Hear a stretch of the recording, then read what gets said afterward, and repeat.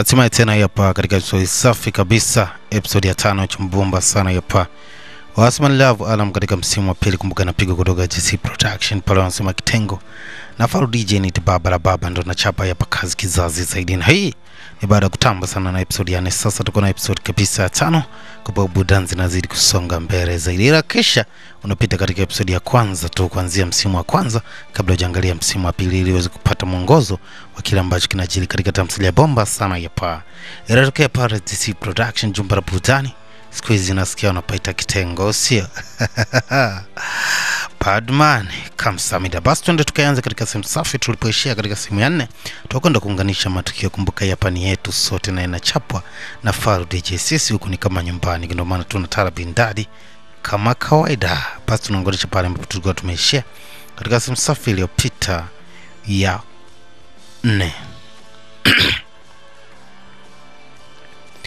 Wasa basi mwanaume alijaribu kufanya jitihada zote ili kuhakikisha anatengeneza nafasi ya kuweza kurejesha kumbukumbu ya upendo kutoka kwa binti Kim Jae-jo na kuingia kwake, lakini sasa kwa wakati huu ni kwamba binti tayari ana kitu tofauti katika akili yake. Sasa ni kwamba tu kifupi ni kwamba akili ya binti saizi iko drive, yani na kontroliwa kimahaba na mkali kufahamika kwa jina Young. Na huyo mkali wetu ambaye anafahamika kwa jina la Sunyo kwa sasa ni kwamba ana nafasi katika moyo wa binti ambaye anafahamika kwa jina la Kim Jae-jo. Sasa ni nini ambacho binti atafanya kuhakikisha anaweka mambo yanakuwa sawa zaidi na ili ajue sehemu sahihi ya kuweza kujiposition. Wasa mapenzi bwana na vitu vingi zaidi. Kuacha ni kuachwa tu, hakuna cha tuliachana. Basi naendelea kutamba na chuma hapa kinyabumbu zaidi. Wasa mwanaume kuna hisia ambayo iliweza kuingia katika akili yake, alisi kama kuna kitu akijenda sawa, na baadaye bibi alipata nafasi ya kumsimulia rafiki yake juu kile ambacho kimetokea, akimsia kwamba hicho kilichotokea hakiwezi kubadilisha hatima kile ambacho anakiamini kutoka ndani ya moyo wake. Hivyo ajitahidi tu kufuata moyo wake ni nini ambacho anataka na sio hisia ambazo zinakuja ndani ya muda mfupi zaidi. Ndio maana kwenye mapenzi nikwambia kuna vitu viwili ambavyo unatakiwa unavyo makini sana. Yule mwamba alifanya timing kumpata binti, lakini yule mkali anafanya caring kumpata bibi. Caring ndio kitu ambacho waga kinakaa sana kwenye kumbukumbu na akili ya mtu na sio timing baba. Mchumba kamfuata mzee baba huko kwa ajili ya kumkinga na mvua, wakati mwanetu kule anaendelea kupigwa tu na mvua. Tara bintibu chombo nazidi kusonga. Kwa hiyo hii ni story nzuri sana mapenzi kati ya mkali kufahamika kwa jina Young na binti ambaye anafahamika kwa jina la Kim Jae-jo. Kumbuka nitokea GC Production. Kitengo baba. Basi baada ya mkali kufahamika kwa jina la Sunyo alijaribu kuambiwa na mamake tu, basi kwa wakati unaweza kufuata kitu ambacho naamini ni sahihi sana kutoka kwenye upande wa moyo wako. Na hii ilikuwa ni kama mama ameamua kumpigania kijana wake na kumwacha afanye ambacho anakiona sawa kwa upande wake. Basi unaambia Fajili inayofuata bwana mdogo aliendelea kumfuatilia binti kila sehemu anayoenda, na alikuwa anaamini akutana binti basi anaweza kumueleza mengi sana ambayo yanaweza japo akafanya kuchochea kumbukumbu ya upendo wao wa zamani zaidi. Hiyo ilikuwa ni katika season 1. Tuko na season 2 baba. Una chako. Basi ilikuwa ni kumbukumbu ya mwanaume kipindi ambapo alipata ajali katika kisiwa cha Jeju Island, na hapo babake alimwambia tu utachagua moja, kurejeshwa Marekani au kutusaidia tuondoe aibu ambayo nataka kuileta. Lakini binti aliweza kukutana na mkali katika eneo moja, na hapa binti aliamua tu kumwambia mkali kitu ambacho kingeweza kumfanya mkali aelewe nini ambacho kinaendelea. Kwa sababu binti alimwambia haikuwa makosa yako wala haikuwa makosa yangu, ni swala la muda tu ambalo lilipita katikati yetu sisi. Sasa huko katika eneo la darasa mambo yakiwa yanaendelea masomo, lakini binti akili yake kwa sasa iko kwenye kumbukumbu ya zamani sana. Hii ni katika episode ya kwanza tu. Basi binti atafuta nafasi ya kuweza kukutana na mkali kipindi ambapo itokea ile ajali, lakini hata hivyo mkali hakuweza kujibu simu za binti. Hivyo binti aliamini kila kitu kimebadilika, na sasa ndio maana binti anaamua kuishi maisha yake, kwa sababu pamoja na kwamba mkali alimwacha binti, kuna mtu ambaye alichukua nafasi ya kuendelea kumkea bibi mkali kufahamika kwa jina Young.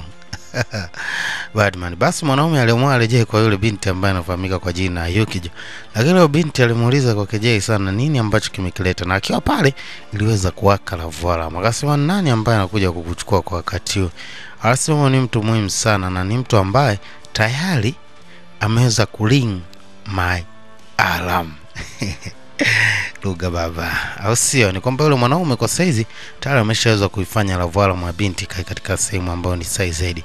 Sasa upande wa pili ni kwa rafiki yake na binti pamoja na kijana ambaye kiukweli anavutiwa sana na binti huyo. Akiwa anapiga story mbili tatu tu, kuna kitu ambacho kwa sasa kinaonekana kimetrendi sana katika platform za kijamii, yani mitandao yote tunijue ya lile pendo ambalo linaitaga utata. Pendo la binti ambaye anafahamika kwa jina la Kim Jojo, bila kumsahau mkali ambaye anafahamika kwa jina la Sunia.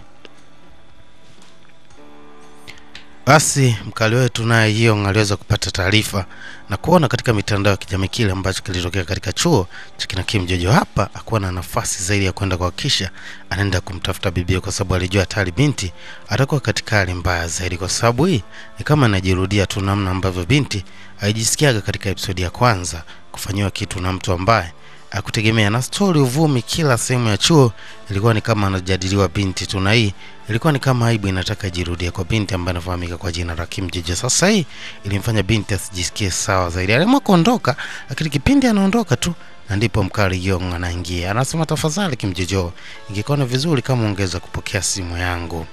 Basi anajaribu kupiga na kupiga tena, lakini kuna mtu anaonekana anapokea simu hii akidai ya kwamba Jojo kwa sasa hayupo, aliniachia tu simu yake hapa. Sasa mwanaume anahitaji kujua ni wapi binti ameenda, lakini upande wa pili pia naye mkali anaendelea kuangalia video ambazo kwa sasa zimetrendi sana, na hii inamfanya mwamba agundue kwa wakati huo atakuwa amefanya kosa kubwa sana. Na hata rafiki yake na binti, yani yule Gulmil, aliweza kuipata ile nafasi akiwa ndani ya supermarket. Sasa mkali moja kwa moja alihitaji kufika katika eneo la supermarket, na hapa alikuwa anajaribu tu kuangalia namna gani anaweza kumpata binti, lakini binti ambaye alikuwa katika supermarket, yani Gulmil, hakuwa ni mtu ambaye ana majibu ambayo anavutia zaidi tu. Alimwambia, nafikiria hata umekiona kile ambacho kinaendelea, kwa hiyo usiniulize Jojo yuko wapi. Lakini mwamba alionekana ni mtu ambaye hakuweza kukata tamaa. Sasa akiwa nje hapa, kitu cha kushangaza zaidi, anakuja mkali ambaye anafahamika kwa jina la Sunia, naye anamtafuta bibi, lakini mwanaume alimwambia mtoe wengi kidogo sana na kusema, wewe una tabia kufanya vitu ambavyo vinaweza vikaleta hatari kwa binti.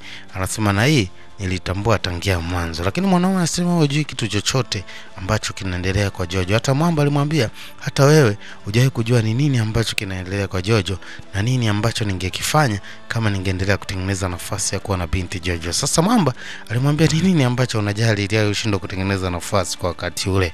Basi mwanaume akiwa na mbamba katika eneo la mitaa alipata nafasi ya kumuona binti akiwa ametulia sehemu moja tarabintibu. Alijongea na kumkimbilia binti kwa sababu anaamini huyu ndio mtu pekee. Sasa baba Yeong akiwa na mlembo, ni nini ambacho atakisema mkali? Kumbuka bado mkali hajamwambia binti namna gani anampenda, lakini su labda anaweza kaacha matendo yaongee, ila sio bongo.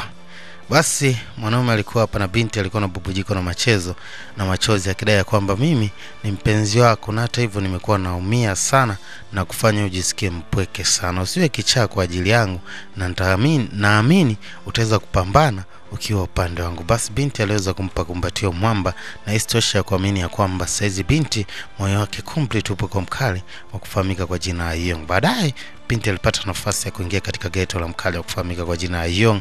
Hapa aliona namna gani mwanaume anavyopambana kuhakikisha anaweka maisha yake yakae sawa zaidi. Baadaye binti alichoona kutafuta nafasi ya kuweza kumtibia kajela kadogo ambako alikapata baba ili kumweka sawa tu mtaalamu ili endelee kuendelea na harakati zake za kupambania maisha. Kumbuka mwamba ana mambo mengi sana anayopitia katika maisha yake. Bado mamake ni mfanyakazi katika jumba la kina Sunia.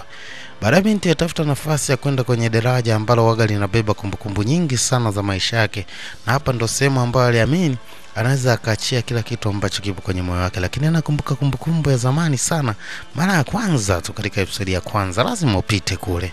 Hapa ni mkali ambapo alikuwa yuko mbali sana, amwambia binti hapa ndo sehemu ambayo anaweza akatoa msongo wa mawazo wote ambao atakuwa nao. Basi baadaye unaambia upande wa pili kwa mkali, naye akulaza damu alirejea katika lile eneo akiendelea kuambamba katika supermarket akiwa anamsubiri binti kama ataweza kurejea. Lakini binti ambaye anafahamika kwa jina la Gume alikuwa anaumia sana na anajiona ni kama mtu hana bahati kumzidi Kim Jojo. Binti akiwa anarejea sasa kutoka kule kwenye mazungumzo na mkali wa kufahamika kwa jina la Yeong, mwamba aliweza kumfuata bibi, anamwambia, ina maana yote nayopitia unashindwa kuyajali? Anasema, Sunia, kwa wakati unafikiri umechelewa, mimi nitafanya maamuzi ambayo nayataka mimi. Yani ni kwamba kwa wakati huu binti atafanya maamuzi ambayo anaamini yatakuwa sahihi kwa upande wake. Sasa ni nini ambacho kitajiri katika sehemu safi inayofuata ya Love Alarm episode ya 6? Kumbuka napigwa kutoka ZC Production, Jumba la Burudani. Mimi ni Baba la Baba Falu DJ Mnyama. Here we go. Tukutane katika episode safi inayofuata ili kujua hatima ya binti na mkali wa kufahamika Yeon, huku mkali Sunyo leo akiwa ameambia ukweli na binti ya kwamba binti ataangalia ni nini akifuate kutoka ndani ya moyo wake na sio program tena. Bwana, bonge moja la picha ili hapa, kisha unazidi kulike, kucomment, kusubscribe, kushare ili mambo izidi kuwafikia wengi sana. Ila nashukuru sana wadau wenu ambao wanachukua muda wenu kwa kisha mna like, mna comment, mna share na kufanya kazi inazidi kusongea mbele zaidi na familia inazidi kuwa kubwa zaidi. Hii inatokea ZC Production kitengo pale, au sio? Kama kawa kama dawa kama kawaizo. Here we go. Let's say kamsamida.